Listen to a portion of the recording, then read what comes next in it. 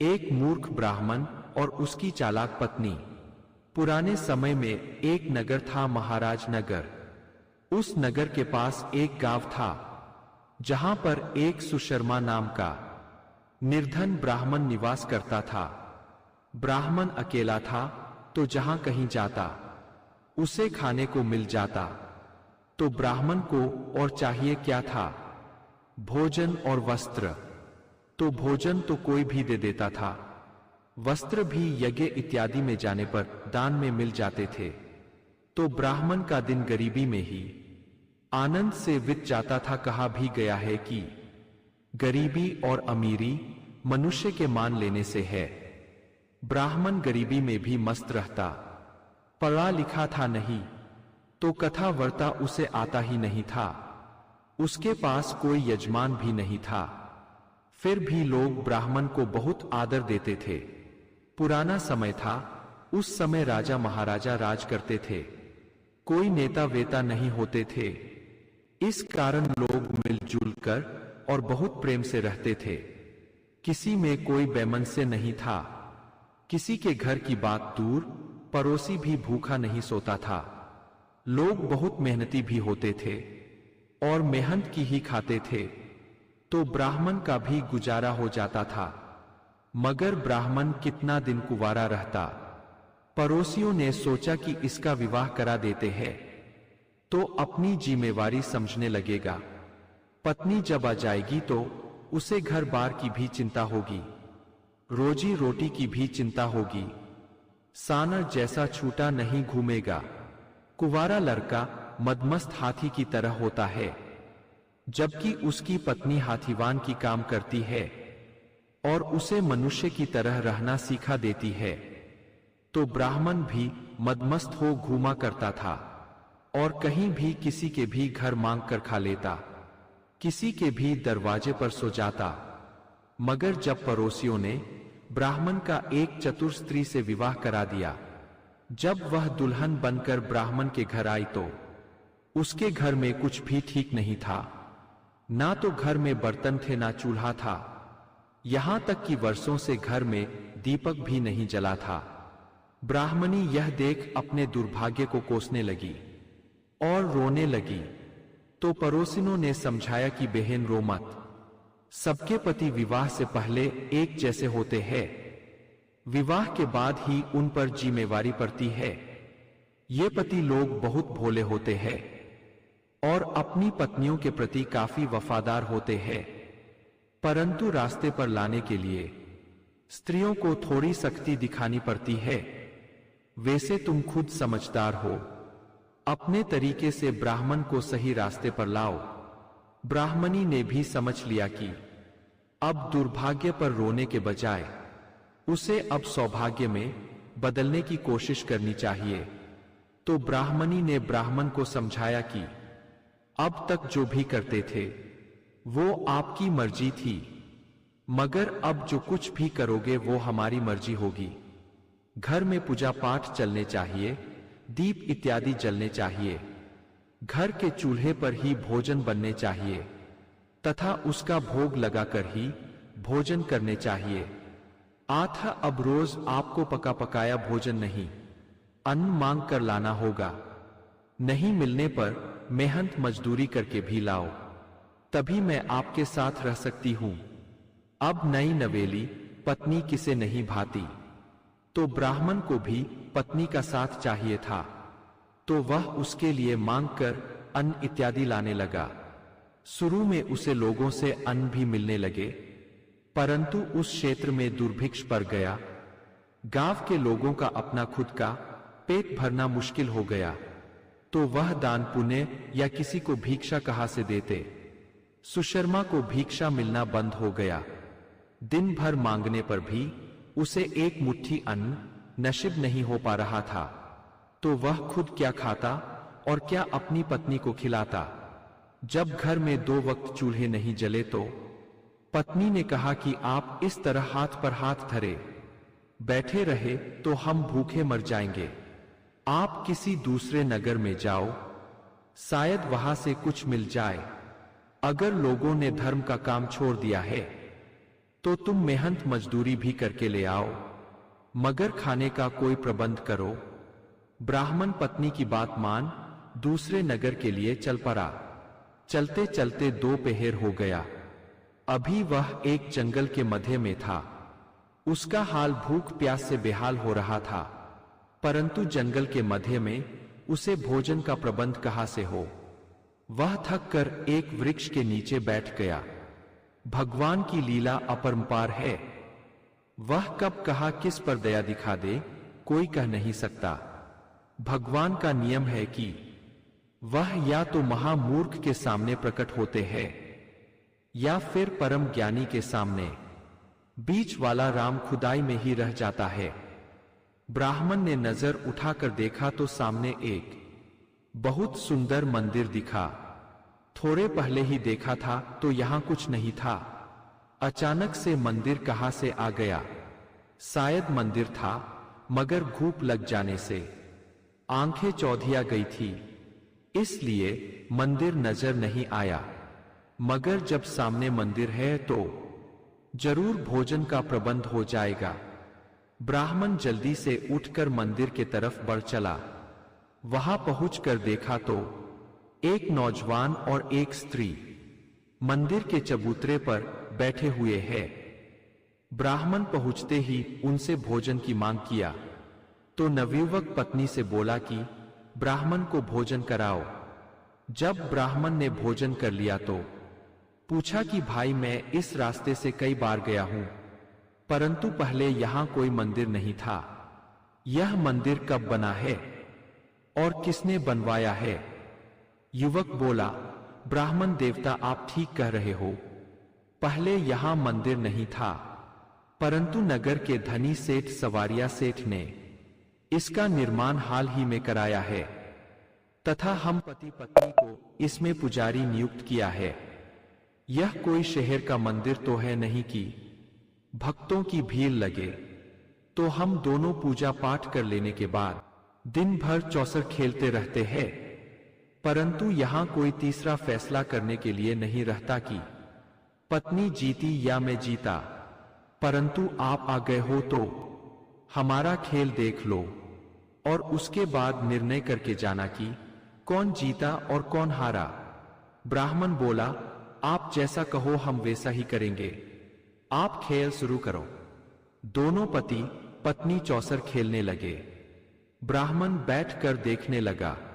ब्राह्मण दोनों की यथास्थिति भी मिला रहा था कि किसका पक्ष लेने से मुझे ज्यादा लाभ हो सकता है।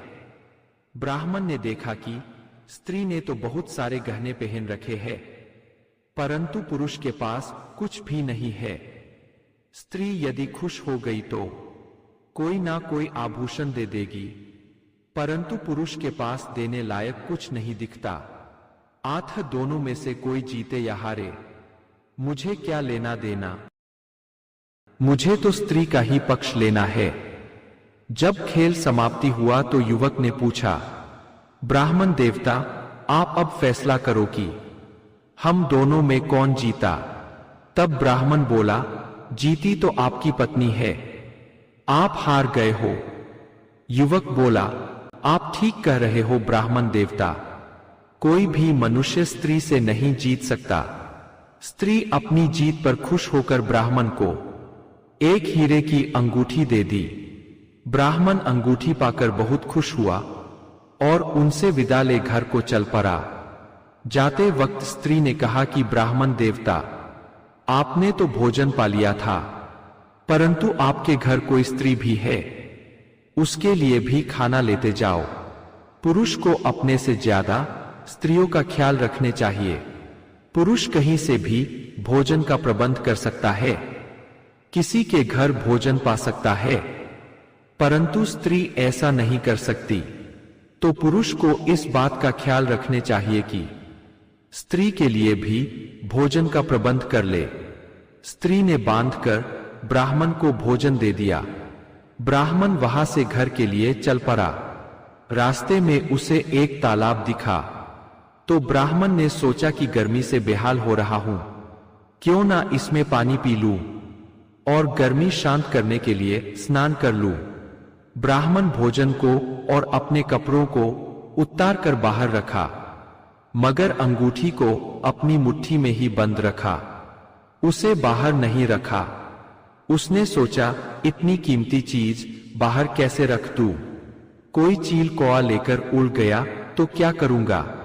मगर होता वही है, प्रभु चाहते हैं। ब्राह्मण के हाथ से अंगूठी छिटक कर पानी में जा गिरी। ब्राह्मण पानी में गोता लगाकर ढूंढता रह गया, परंतु अंगूठी नहीं मिली तो निराश हो घर को लौट आया। पोटली में भोजन था तो ब्राह्मणी ने आधा खुद खाया और आधा ब्राह्मण को खिला दिया, मगर ब्राह्मण से कुछ नहीं पूछी कि कहाँ गए थे और लौट क्यों आए। दूसरे दिन ब्राह्मण पुनः उठा और उसी स्थान पर पहुंच गया। युवक और स्त्री उस मंदिर में पहले से ब्राह्मण का इंतजार कर रहे थे। देखते ही बोले, आओ ब्राह्मण देवता, हम आपका ही इंतजार कर रहे थे, जल्दी से भोजन पालो और हमारा खेल देखकर अपना निर्णय बताओ। ब्राह्मण ने छक कर खाया, फिर दोनों का चौसर खेलना देखने लगा, परंतु आज भी उसने मन में ठान लिया था कि चाहे जीते कोई भी, हमें तो स्त्री को ही जिताना है, क्योंकि घर की मालकिन स्त्रियां ही होती है। पुरुष तो हमारी तरह कंगाल होते हैं। कुछ देना हो, दान पुण्य करना हो तो स्त्री ही करती है। खेल समाप्ति पर जब दोनों ने पूछा कि ब्राह्मण देवता, आप बताओ, हम दोनों में कौन जीता और कौन हारा? तब ब्राह्मण ने बताया कि जीती तो आपकी पत्नी है, आप हार गए हैं।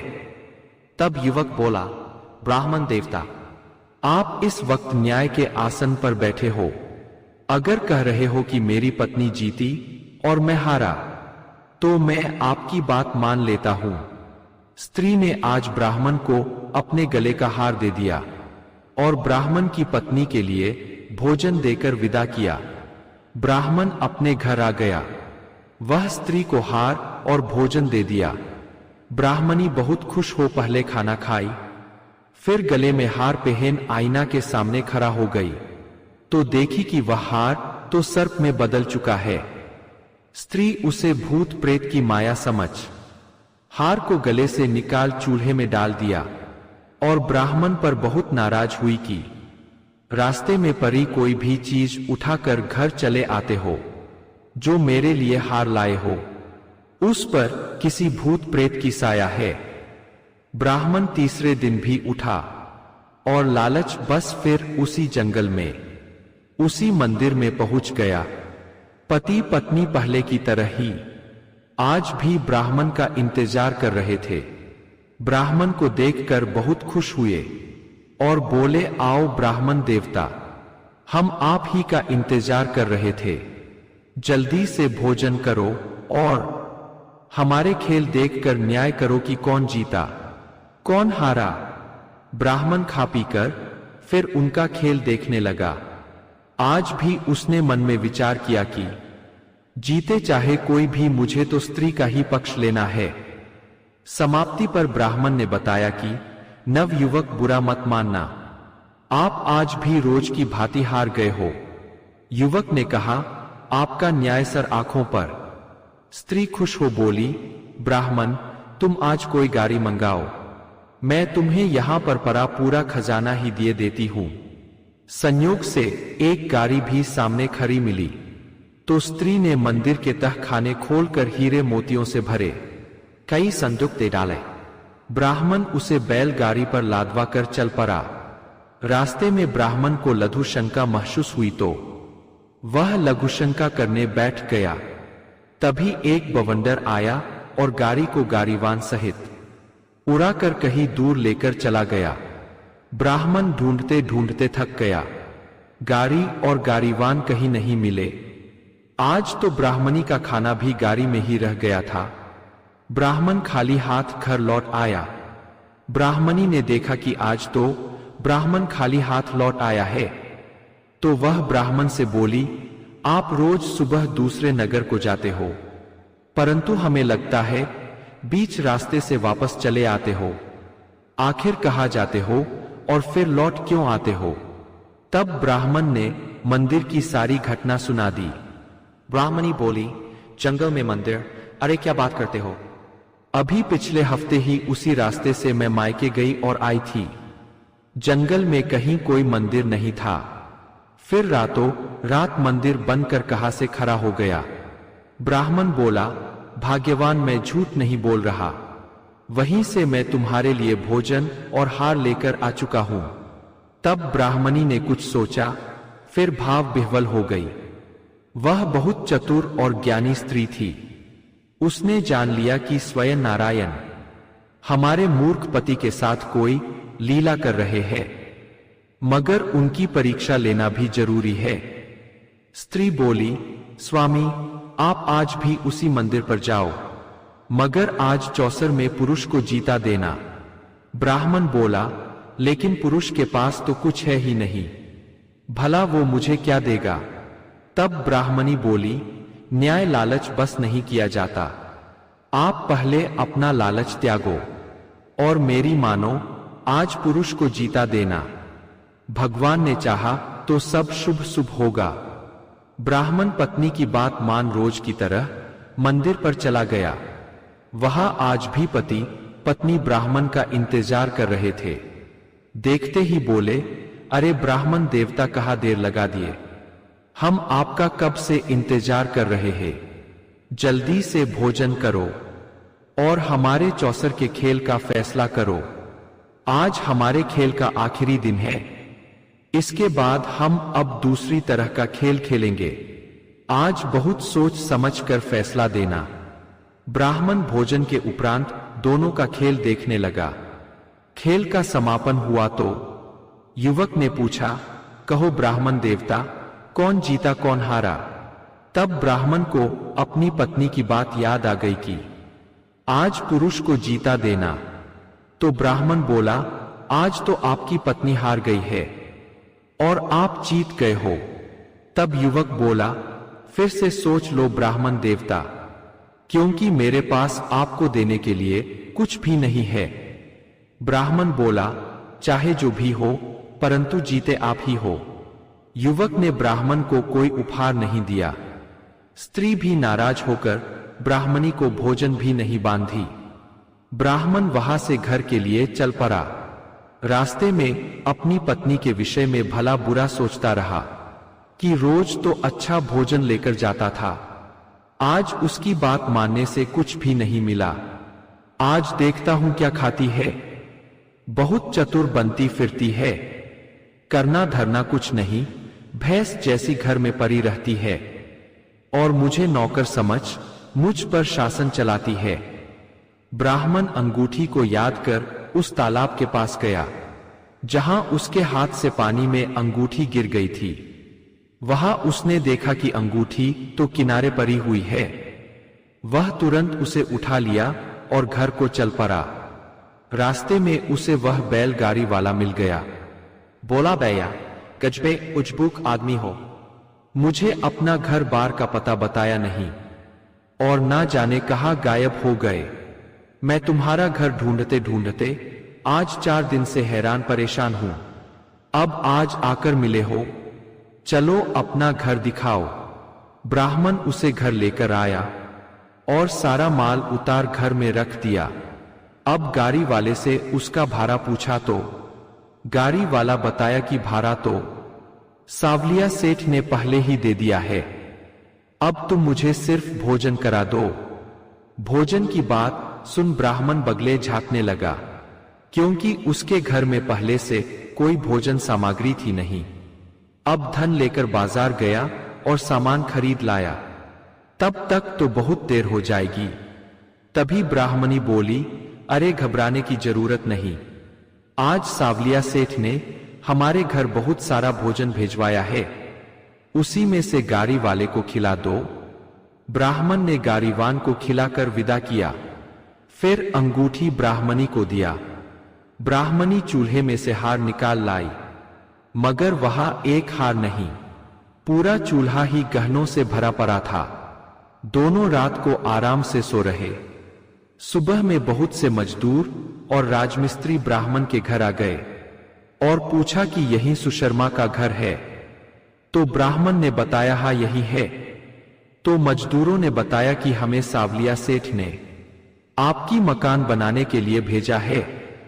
ब्राह्मण आश्चर्य में पड़ गया कि ये सावलिया सेठ कौन है और अनायास उसकी मुझ पर कृपा दृष्टि क्यों हो गई है। शाम को ब्राह्मणी को भोजन भेजाया था, आज घर बनाने को मजदूर भेज दिया। कहीं मेरी पत्नी से उसके चक्कर तो नहीं चल रहे। वह अपनी पत्नी से पूछा, तुम सवारिया सेठ को जानती हो? हाँ जानती हूं। ब्राह्मण बोला, कब से जानती हो? ब्राह्मणी बोली, बचपन से जानती हूं। ब्राह्मण बोला, कहीं तुम्हारे और उसके बीच कोई चक्कर तो नहीं चल रहे?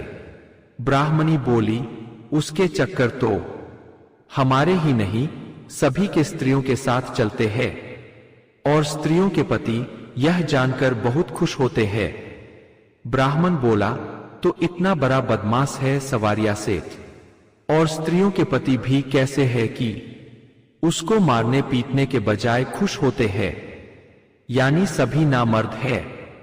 ब्राह्मणी बोली, पागल हो, बिना सोचे समझे कब करते रहते हो।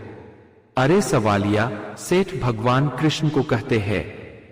अरे दुनिया में कौन अभागन और अभागा होगा जो भगवान कृष्ण से प्रेम नहीं करता होगा। ब्राह्मण बोला, ओहो, तो तुम्हें पहले बताना चाहिए था ना। पहेली बुझा रही थी तो क्या जंगल में वह मंदिर वे युवक युवती भी, कहीं सवरिया सेठ की कोई लीला तो नहीं? ब्राह्मणी बोली, आपने ठीक समझा, सब उनकी लीला है। आपने जब तक उनकी पत्नी यानी माता लक्ष्मी को चौसर में जिताते रहे, आप पर कोई कृपा नहीं हुई, क्योंकि आप उनके पति को छोड़कर उन्हें घर लाना चाहते थे तो बार बार लौट जा रही थी। परंतु आपने जो ही नारायण को जीता हुआ बताया, नारायण आपसे खुश हो गए और नारायण की खुशी में ही माता लक्ष्मी की खुशी है। नारायण जहां निवास बना लेते हैं, लक्ष्मी जी साथ रहती है। जिस प्रकार एक पतिव्रता स्त्री वही रहती है जहां उसका पति रहता है, उसी प्रकार जहां सावरिया सेठ रहते हैं, उसी घर में लक्ष्मी का वास होता है। मजदूर और कारीगरों ने एक हफ्ते में ब्राह्मण के लिए आलीशान भवन का निर्माण कर दिया और लौट गए। ब्राह्मणी को मंदिर की सत्यता जानने की मन में बड़ी उत्सुकता थी, तो सुबह में दोनों उठे और जंगल के लिए चल दिए। ब्राह्मण जब अपनी पत्नी के साथ उस स्थान गया तो वहां ना तो कोई मंदिर था, ना मंदिर होने का कोई चिन्ह। ब्राह्मण बड़ी आश्चर्य में पड़ गया। वहीं ब्राह्मणी ब्राह्मण की चरण पकड़ ली और बोली, मुझे माफ करना स्वामी, मैं आपको अपना दुर्भाग्य समझती थी, आपको मूर्ख समझती थी, परंतु आज आप जैसा ज्ञानी इस संसार में कोई नहीं, जिसे नारायण दर्शन ही नहीं दिए, सामने लीला भी किए, वो भी एक दिन नहीं पूरे 5 दिन। वह आपके लिए चौसर खेले, आपके लिए गारीवान बने, वह आपके चलते मेरे घर सावलिया सेठ का नौकर बन भोजन लेकर आए, वह राजमिस्त्री और मजदूर बन हमारा घर बना गए। आज मेरी जैसी सौभाग्यशाली कोई दूसरी स्त्री नहीं है जो मैं आपकी पत्नी हूं। मुझे अपने पर गर्व हो रहा है। ब्राह्मण बोला, उठो पिए। सच ये नहीं है, बल्कि सच ये है कि जो कुछ आज हुआ है उसमें तुम्हारी प्रेरणा है। तुम्हारे बगैर मैं कुछ भी नहीं था। मुझ मूर्ख को तुमने आदमी बना डाला और नारायण से मिलने का मार्ग प्रशस्त किया। सच है, एक सफल इंसान के कामयाबी के पीछे एक चतुर स्त्री का हाथ होता है।